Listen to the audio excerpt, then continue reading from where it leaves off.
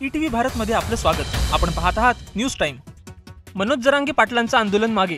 मुख्यमंत्री एकनाथ शिंदे यांच्या उपस्थितीत उपोषण सोडलं। जरांगेंच्या मागणीनुसार आरक्षणासाठी सरकारकडून अधिसूचना जारी।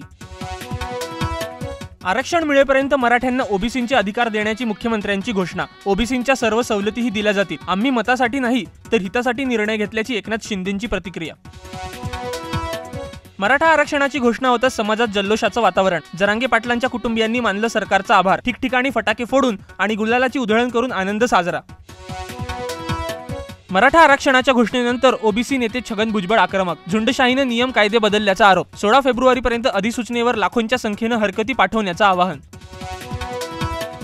मराठा आरक्षणाच्या अधिसूचनेविरोधात गुणरत्न सदावर्ती न्यायालयात जाणार। मनोज जरांगेंचं आंदोलन म्हणजे स्टंटबाजी असल्याची टीका। कुठल्याही परिस्थितीत ओबीसी आणि खुल्या प्रवर्गावर अन्याय होऊ देणार नसल्याची सदावर्तींची ग्वाही।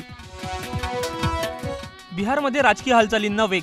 मुख्यमंत्री नितीश कुमार यांनी जनता दल युनायटेडची बैठक बोलावली। सर्व आमदारांना पाटण्यात येण्याचे निर्देश। राजद आणि भाजपाच्याही महत्त्वपूर्ण बैठका।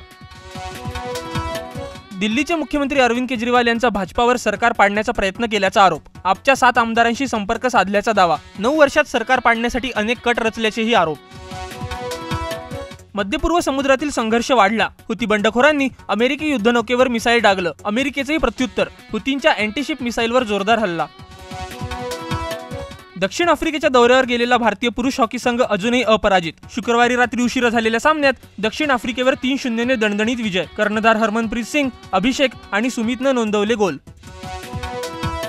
बिग बॉस 17च्या ट्रॉफीचे फोटो सोशल मीडियावर व्हायरल। 28 जानेवारीला होणार फिनाले। मुनावर फारुकी, अंकिता लोखंडे, अरुण, अभिषेक कुमार आणि मंदारा चोप्रा या 5 जणांपैकी एक जण ठरेल विजेता।